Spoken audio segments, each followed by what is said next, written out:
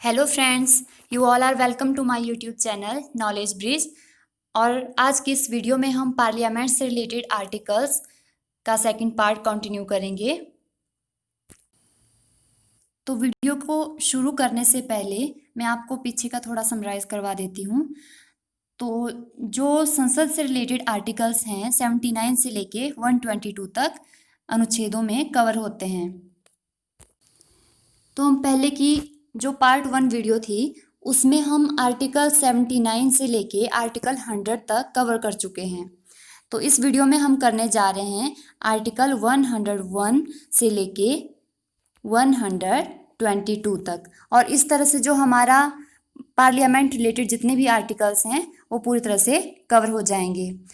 तो article 79 to 88 में हमने पढ़ा था जो जनरल जैसी बातें संसद के बारे में, जैसे कि संसद का गठन कैसे होता है, राज्यसभा, लोकसभा, उसके सदस्यों की अवधि, सदस्यता के लिए क्या योग्यता होती है, राष्ट्रपति का विशेष अभिभाषण, अटॉर्नी जनरल, महान्यायवादी, मंत्री, उनके बारे में हमने पढ़ा था। उसके बाद हमने आर्टिकल 89 से लेके आर्टिकल 98 तक किसके बारे में पढ़ा था? संसद के अधिकारियों के बारे में। और आर्टिकल 99 और 100 में हमने पढ़ा था, जैसे 99 में था सदस्यों द्वारा शपथ लेना और 100 में था सदनों में मतदान और रिक्तियों के होते वो भी जो सदन कार्य करते हैं उसकी शक्ति के बारे में।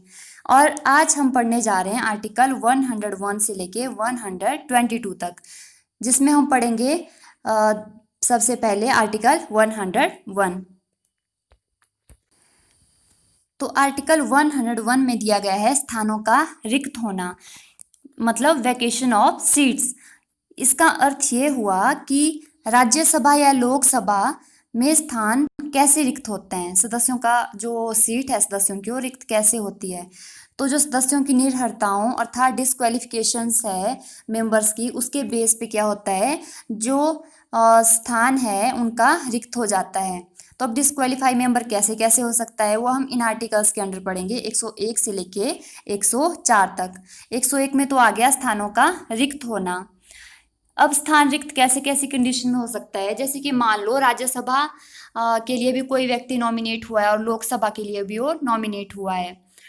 तो ऐसी स्थिति में उसको या तो लोकसभा से रिजाइन करना पड़ेगा या तो राज्यसभा से रिजाइन करना पड़ेगा, मतलब कोई एक स्थान उसको चुनना पड़ेगा।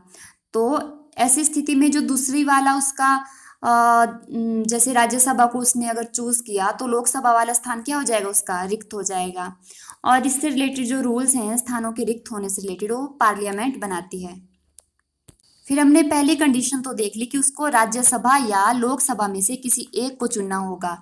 फिर हमारे पास जो दूसरी कंडीशन आती है वो आती है कि अगर वो राज्यसभा और किसी राज्य विधानसभा का के लिए इलेक्ट हो जाता है, मान लो राज्यसभा या लोकसभा का मेंबर है और किसी राज्य विधानसभा के लिए भी इलेक्ट हो जाता है, मतलब लेजिस्लेटिव असेंबली के लिए इलेक्ट हो जाता है, तो इस कंडीशन में भी उसको किसी एक को चुनना होगा और उसको 14 दिन का टाइम पीरियड दिया जाएगा।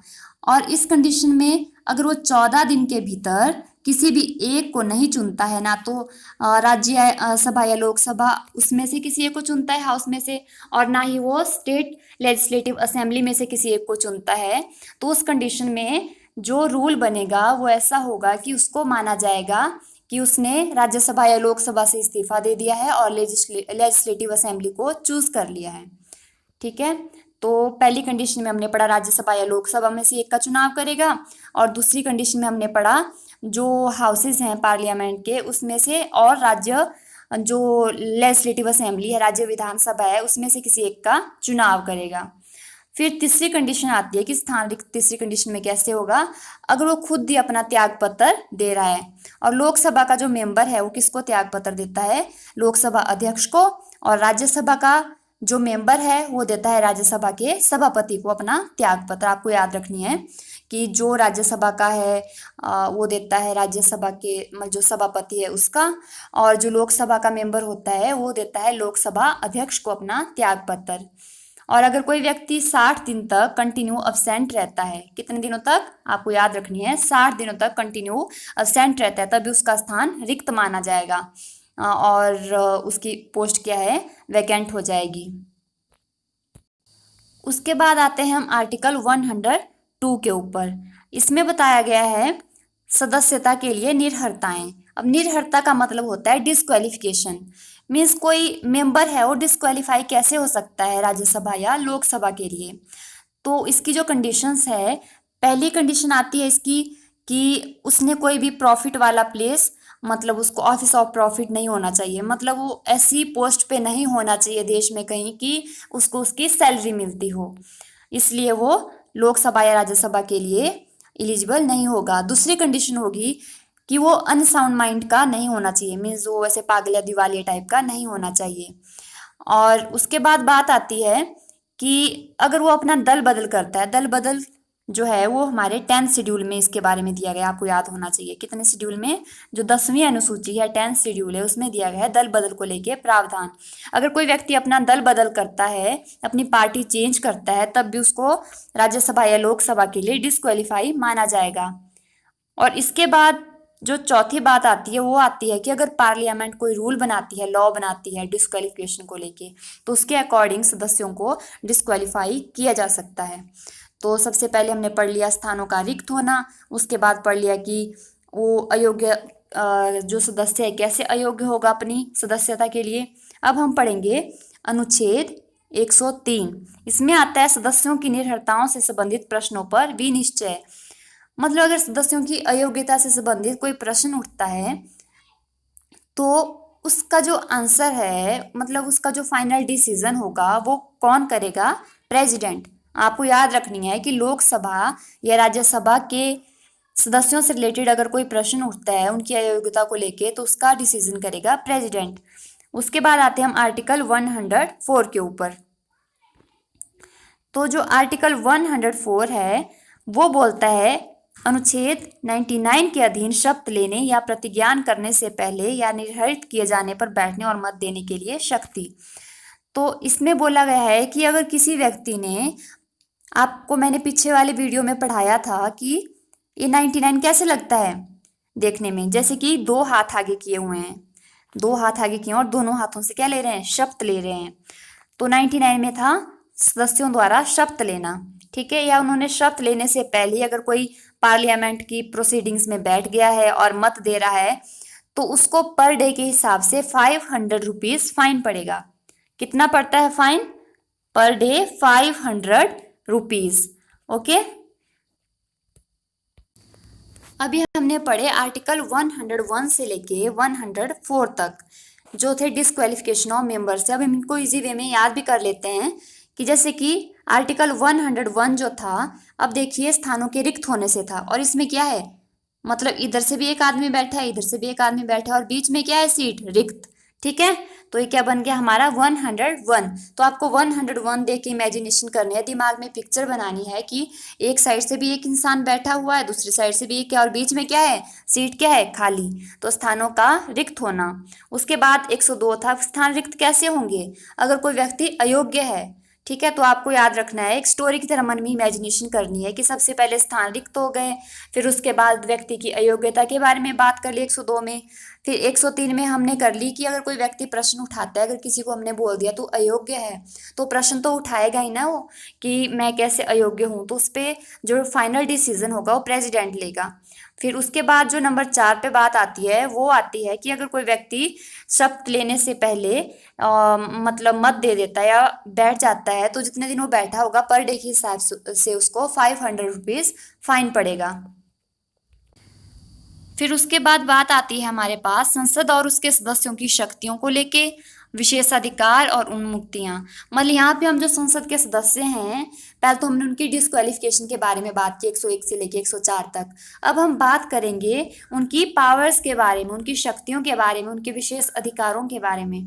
तो 105 में हम पढ़ते हैं, 105 में बताया गया है संसद के सदनों की तथा उसके सदस्यों और समितियों की शक्तियां और विशेष अधिकार आदि। तो जो आर्टिकल 105 है वो हमें बताता है कि जो संसद के जो सदस्य हैं उनको क्या क्या विशेष अधिकार मिले हुए हैं। जैसे कि संसद के सदस्यों के पास फ्रीडम ऑफ स्पीच होती है, मतलब कुछ रिस्ट्रिक्शन के साथ उनको मिली होती है फ्रीडम ऑफ स्पीच। तो फ्रीडम ऑफ स्पीच के बारे में किस आर्टिकल के अंडर बोला गया है? आर्टिकल 19 हमारा मूल अधिकार है ना, जो आर्टिकल 19, तो उसमें बोला गया है फ्रीडम ऑफ स्पीच के बारे में। तो जो आर्टिकल 19 के अंडर उनको मतलब यहाँ पे बेनिफिट रहता है कि वो बोल सकते हैं संसद में, और जो कोई भी बात हाउस के अंदर हो रही होती है तो उस पर कोई भी कोर्ट की प्रोसीडिंग नहीं हो सकती है। किसी भी बिल के लिए जो वोटिंग हुई है उस पर कोई भी प्रोसीडिंग नहीं हो सकती। और जो राइट ऑफ स्पीच है, बोलने का अधिकार है, वो उन लोगों के पास भी है जिनके पास विशेष अधिकार होते हैं, जैसे कि महान्यायवादी। तो मैंने आपको किस आर्टिकल में पढ़ाया था महान्यायवादी के बारे में, जरा रिकॉल कीजिए। मैंने आपको बताया था AG 76, तो अटॉर्नी जनरल 76 नंबर आर्टिकल में।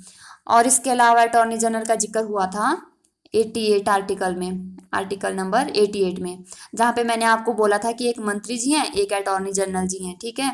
तो वो 88, तो वहाँ पे भी इन दोनों के बारे में बात हुई है। तो मंत्रियों को और जो महान्यायवादी हैं वो बोल सकते हैं संसद में। अच्छा, अब इन्होंने बोल तो लिया संसद में, लेकिन इनको बोलने का क्या मिलेगा? ऐसे फालतू में तो कोई बकबक करेगा नहीं संसद में जाके। तो जितने भी लोग आए होते हैं संसद में, ऐसा तो है नहीं कि वो फालतू की बकवास करते हैं वहां पे। उनको कुछ पैसा मिलता है, उसके लिए वो काम कर रहे होते हैं। तो इसलिए हमने याद रखनी है कि सबसे पहले तो उनकी शक्तियों के बारे में बात कर ली, क्या क्या शक्तियां थी। फिर उसके बाद बात आ जाती है सदस्यों के वेतन और भत्ते, उनके भत्तों के बारे में और वेतन के बारे में हम बात करेंगे। तो जो हमारी पार्लियामेंट है वो बाय लॉ रूल्स बनाती है सदस्यों के वेतन और भत्ते को लेके। तो ये क्वेश्चन बन सकता है यहाँ से कि सदस्यों के वेतन और भत्ते को लेके रूल्स कौन बनाता है? तो वो बनाती है हमारी पार्लियामेंट, जिसके बारे में जो हम इतनी डिटेल में पढ़ रहे हैं, ठीक है। पार्लियामेंट जिसके बारे में हम इतनी डिटेल में पढ़ रहे हैं, जब अभी हमने 79 से लेके 122 तक आर्टिकल्स पूरे कवर करने हैं।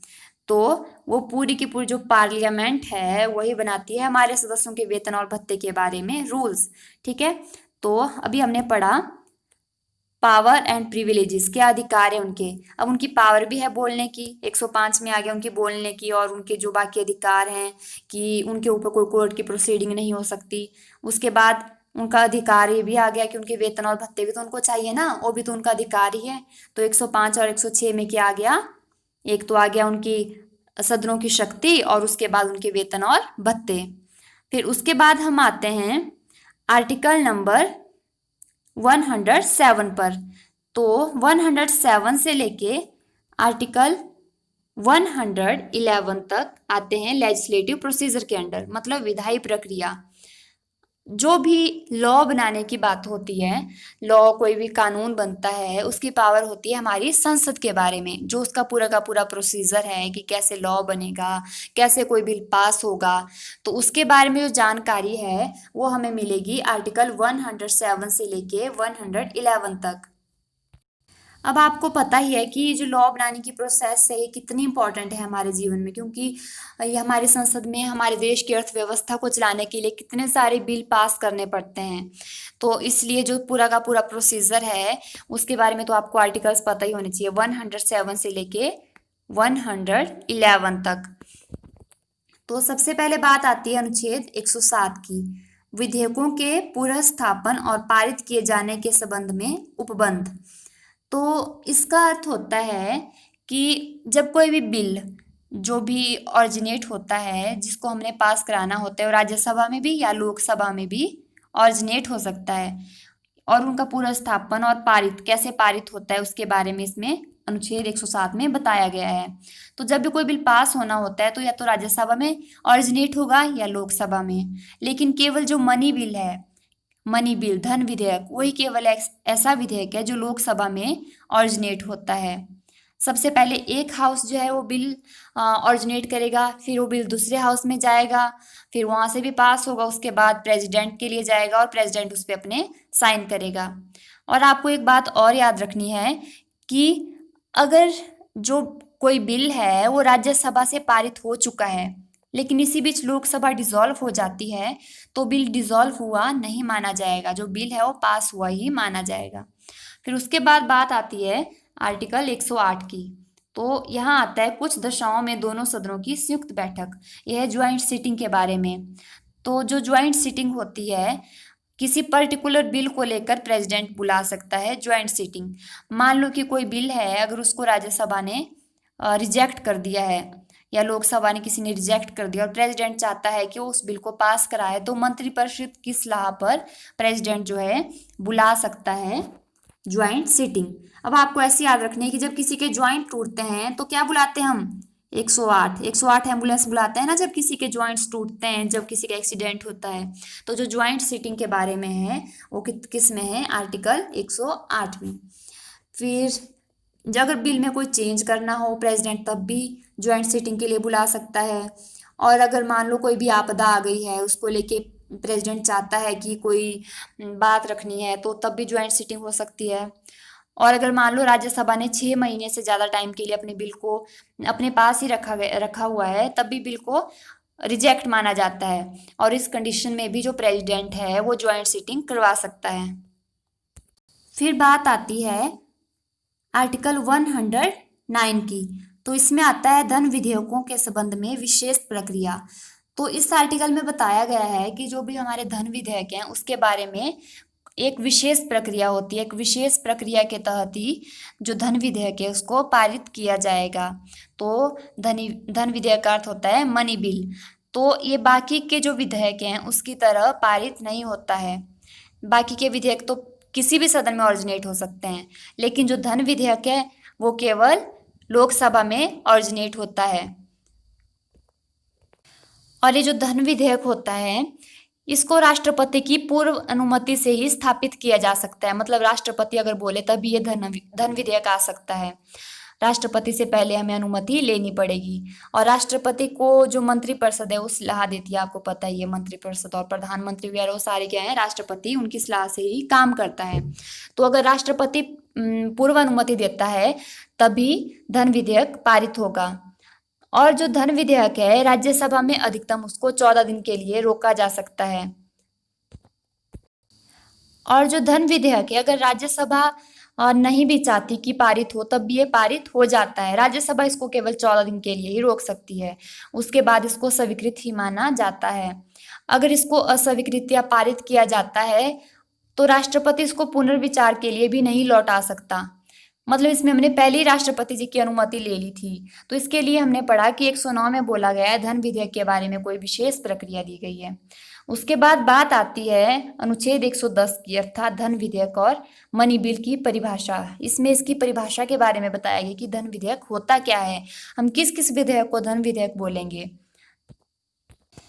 तो धन विधेयक की जो परिभाषा है अर्थात मनी बिल की परिभाषा वो इस प्रकार से है। जैसे कि मान लो अगर कोई विधेयक है वो कर लगने से रिलेटेड है। कर, अगर हम कर को कम कर रहे हैं मतलब टैक्स, ठीक है, टैक्स को कम कर रहे हैं, ज़्यादा कर रहे हैं, उसको बढ़ा रहे हैं या उसमें कोई भी परिवर्तन कर रहे हैं, तो उस विधेयक को भी धन विधेयक के अंतर्गत लाया जाएगा। और अगर हम किसी से ऋण के संबंधित, भारत सरकार जो कोई ऋण ले रही है या ऋण को नियमित कर रही है, तो जो ऋण है ऋण से संबंधित विधेयक, ठीक है, अगर कर से रिलेटेड है, ऋण से रिलेटेड है। और तीसरी बात आती है हमारी कंसोलिडेटेड फंड अर्थात संचित निधि, ठीक है, जो संचित निधि होती है हमारी, तो उसमें से भी अगर कोई धन निकालना हो या उसमें डालना हो तो उसको भी धन विधेयक कहा जाएगा। अर्थात धन विधेयक वो विधेयक होता है जिसमें कि धन के आय और व्यय के प्रति किसी भी प्रकार का कोई मामला हो, ठीक है। जो धन विधेयक कौन होता है, मनी बिल क्या होता है, धन के आय और व्यय से रिलेटेड। तो मनी बिल को आप याद रख सकते हैं। अब देखिए यहाँ पे मैंने लिखा मनी, ठीक है, मैंने लिख दिया यहाँ पे शब्द मनी। तो अब यहाँ पे आप देखिए ये अगर मैं एम का ये बीच वाला मिटा देती हूँ तो धन विधेयक अर्थात मनी बिल, तो मनी का जो पहले वाला शब्द है MO, इसमें से मैंने मिटा दिया, मैंने सिर्फ ऐसे लिखा, ठीक है, इतना ही लिखा। तो क्या बन गया 110, मतलब मैंने ये वाली चीज़ नहीं लगाई। ये वाली चीज़ नहीं लगाने से क्या बन जाता है ये 110। तो आपको मन में मनी से याद आ जाएगा कि मनी में अगर हम स्टार्टिंग के जो MO है उसमें अगर हम ऐसे लिखते हैं उसको, वो बीच वाला M कंप्लीट नहीं करते तो क्या बन जाता है, ऐसे को नहीं लगाते तो क्या बन जाता है 110। उसके बाद बात आती है आर्टिकल 111 की। इसमें आता है विधेयकों पर अनुमति। तो जो हमने लेजिस्लेटिव प्रोसीजर के अंडर 107 से लेके 111 तक पढ़े, उसमें हमने क्या क्या पढ़ा। सबसे पहले 107 जिसमें था कि विधेयकों के पूर्व स्थापन और पारित किए जाने के संबंध में उपबंध। उसके बाद हमने पढ़ा 108 पे, मैंने बोला था कि 108 कब बुलाते हैं, जब ज्वाइंट्स टूटते हैं या ज्वाइंट सीटिंग की संयुक्त बैठक होती है। और संयुक्त बैठक कौन बुलाता है, प्रेसिडेंट, और उसकी अध्यक्षता कौन करता है, लोकसभा का अध्यक्ष। उसके बाद आती है बात 109 की, जिसमें था धन विधेयकों के संबंध में विशेष प्रक्रिया। आपको याद करवाया था मैंने कि जो 110 में क्या है, मनी बिल अर्थात धन विधेयक, उसका तो आपको याद रह जाएगा। अगर हम मनी बनाना हो हमने 110 से, तो हम इसको 20 से ऐसे करेंगे और बाद में MONEY, ठीक है, MONEY मनी। तो ये मनी बिल बन गया। तो जब धन विधेयक की बात हो रही है, उसके एक आर्टिकल पहले, मतलब 109 से हमने किस में जाना है, 110 में, एक आर्टिकल पहले ही हमने उसके बारे में पूरी प्रक्रिया की बात कर ली थी कि अगर धन विधेयक जो है राज्यसभा द्वारा 14 दिन के भीतर लोकसभा को नहीं लौटाया जाता, तो वो दोनों सदनों द्वारा पारित समझा जाता है। ठीक है, मतलब मेन बात किसकी चली थी यहाँ पे, मेन जो पावर है वो आती है लोकसभा के हाथ में। फिर आर्टिकल 111 में हमने पढ़ा विधेयकों पर अनुमति। इसमें जो बिल हैं वो पास किस तरह से होंगे, मतलब किस किस के पास जाएगा बिल। जैसे पहले राज्यसभा में कोई ऑरिजिनेट होता है, फिर लोकसभा में जाता है, या मान लो लोकसभा में ऑरिजिनेट होकर राज्यसभा में जाता है, फिर उसके बाद प्रेसिडेंट उस पर साइन करता है। तो इसमें बताया है कि विधेयकों पर अनुमति कब मिलेगी, वो पास तब हुआ माना जाएगा जब 2/3 सदस्य, ठीक है, संसद के जो हाउस है उसके 2/3 सदस्य उसको बहुमत से पारित कर दें, उसके बाद ही उसको पारित हुआ माना जाएगा। और प्रेसिडेंट भी अगर उस पर साइन कर देते हैं, उसके बाद ही उस पर अनुमति मिलती हुआ आता है। हमारे आर्टिकल 111 में कितने सदस्य, 2/3, 2/3 सदस्य इसको पास कर दें, अगर बहुमत वोटिंग डाल दें बिल के फेवर में, तभी वो पास हुआ माना जाएगा। उसके बाद आता है हमारे पास आर्टिकल 112 टू लेके 117 वित्तीय विषयों के संबंध में प्रक्रिया, प्रोसीजर इन फाइनेंशियल मैटर्स। इसमें हम जो भी फाइनेंशियल मैटर्स हो रहे हैं संसद में, हमारे देश में जितने भी फाइनेंशियल मैटर्स हो रहे हैं उससे रिलेटेड आर्टिकल्स हम पढ़ेंगे 112 से लेके 117 तक। सबसे पहले हमने 107 से लेके 111 तक क्या पढ़ा, लेजिस्लेटिव प्रोसीजर, मतलब विधेयक पास कैसे होंगे, क्या प्रोसीजर है, धन विधेयक के बारे में स्पेशली क्या प्रोसीजर है, उसके बारे में हमने जो विधेयक पास होने के प्रोसीजर थे उसके बारे में पढ़ा। अब हम पढ़ने जा रहे हैं 112 से लेके 117 तक प्रोसीजर इन फाइनेंशियल मैटर्स, कि मतलब जो पैसों से वित्तीय विषय हैं उनके संबंध में प्रक्रिया क्या है। तो आर्टिकल 112 में आता है वार्षिक वित्तीय विवरण के बारे में, और ये मोस्ट इंपॉर्टेंट आर्टिकल है, आपको याद रखना है, ठीक है, ये बहुत इंपॉर्टेंट है ये आर्टिकल, वार्षिक वित्तीय विवरण। जो हमारे पास आर्टिकल 112 है उसको सालाना बजट या एनुअल फाइनेंशियल बजट भी कहा जाता है। तो इसको आप याद रख सकते हो कि हमने जो बजट देना है, मान लो सारे जितने भी पूरे के पूरे देश में इंसान हैं, लोग हैं, उन सबको क्या करना है एक साथ, मतलब हमने पैसे ऐसे नहीं फेंक देने हैं, एक एक करके दो, एक फिर एक फिर दो। तो आप इस तरह से ये ट्रिक से याद रख सकते हो, एक एक दो, एक एक करके मतलब सबको पैसे दो। तो एक एक दो में क्या है, एनुअल फाइनेंशियल बजट के बारे में, वार्षिक वित्तीय विवरण के बारे में। उसके बाद आता है अनुच्छेद 113 जिसमें संसद में प्राक्कलनों से संबंधित प्रक्रिया। तो जो हमने एनुअल फाइनेंशियल बजट के बारे में पढ़ा, तो 113 जो है वो बताता है कि जो हमारी कंसोलिडेटेड फंड है, संचित निधि है, उसमें से जो पैसे निकालने हम ऐसे नहीं निकाल सकते, उसके लिए क्या है, कोई विशेष प्रक्रिया है। तो जो प्रक्रिया है वो ये बोलती है कि अगर हम किसी के लिए, मतलब इस कंसोलिडेटेड फंड के से पैसे निकाल रहे हैं सैलरी देने के लिए, तो हम क्या करेंगे, तो हम संसद में चर्चा तो कर सकते हैं, लेकिन सैलरी को लेके हम कभी भी संसद में वोटिंग नहीं कर सकते। फिर उसके बाद आता है 114 पर हमारे पास विनियोग विधेयक। जो विनियोग विधेयक है उसको हम एप्रोप्रिएशन बिल भी कहते हैं। क्या कहते हैं, एप्रोप्रिएशन बिल। ये जो विनियोग विधेयक है ये भी हमें इसी बारे में जो ऊपर वाले हमने पढ़े, जैसे कि प्रक्रिया के बारे में पढ़ा कि क्या किस तरह संचित निधि से पैसे निकाले हैं। तो जो विधेयक पास होगा संचित निधि से पैसे निकालने के लिए, धन विधेयक जो पास होगा, जिस धन विधेयक के थ्रू हम संचित निधि से पैसे निकाल पाएंगे, वही विधेयक कहलाता है विनियोग विधेयक। फिर 115 पे आता है हमारे पास अनुपूरक, अतिरिक्त और अधिक अनुदान। तो जो अनुपूरक अनुदान होता है उसको और क्या कहते हैं, उसको हम कहते हैं सप्लीमेंट्री ग्रांट। ठीक है, मान लो कि एक वित्तीय वर्ष में खर्चा हो चुका है लेकिन उसके लिए वो बजट पूरा नहीं पड़ा और हमें अतिरिक्त अनुदान की मांग है, तो उस अतिरिक्त अनुदान, नाम से ही लग रहा है अतिरिक्त अनुदान या अधिक अनुदान, अनुपूरक अनुदान, मतलब हमें क्या चाहिए, सप्लीमेंट्री और अधिक चाहिए हमें, उससे हमारा गुजारा नहीं हुआ। तो अतिरिक्त अनुदानों की मांगे जो वास्तव में राशियां खर्च हो चुकने के बाद और उस वित्तीय वर्ष के बीत जाने के बाद पेश की जाती है, जिससे कि वे संबंधित होती है। मान लो कोई वित्तीय वर्ष पूरा हो चुका है, उसके बाद हम नेक्स्ट वित्तीय वर्ष में बोल रहे हैं कि हमें और ज्यादा ग्रांट चाहिए, तो आ गया हमारे 115 के अंदर। तो अनुपूरक, अतिरिक्त और अधिक अनुदान। अब हम इनको याद भी कर लेते हैं। जैसे मैंने 112 में बताया था, एनुअल फाइनेंशियल बजट एक एक करके दो, मतलब पैसे एक साथ नहीं फेंकने, एक एक करके देने, तो एक एक दो, एक एक और दो, ठीक है, एक एक दो, वो आ गया वार्षिक वित्तीय विवरण। उसके बाद 113 में जो प्रक्रिया है उसके बारे में, 114 में आ गया कि संचित निधि से पैसे कैसे निकालने हैं, विनियोग विधेयक जिसको बोलते हैं। उसके बाद 115 में आ गया अनुपूरक, अतिरिक्त और अधिक अनुदान, मतलब अगर कोई एक्स्ट्रा ग्रांट मांग रहा है। फिर आता है हमारे पास अनुच्छेद 116, जिसमें बात की है लेखानुदान, प्रत्यानुदान और अपवादानुदान की। तो लेखानुदान को बोलते हैं वोट्स ऑन अकाउंट। क्या बोलते हैं, वोट्स ऑन अकाउंट।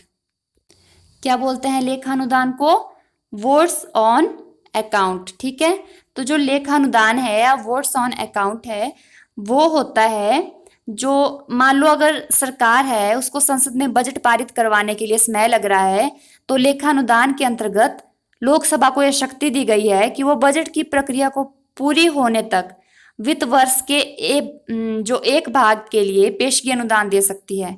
मतलब अगर पूरा का पूरा जो वर्ष है उसमें जो अनुमानित व्यय किया गया है, तो उसका 1/6 भाग क्या है, वो 2 माह के लिए, कितने टाइम के लिए, 2 माह के लिए, मतलब 2 मंथ्स के लिए एडवांस में दे सकते हैं लोकसभा सरकार को एक्सपेंडिचर करने के लिए। कितना, अनुमानित व्यय का 1/6 भाग 2 माह के लिए एक्स्ट्रा, मतलब एडवांस में दे सकते हैं।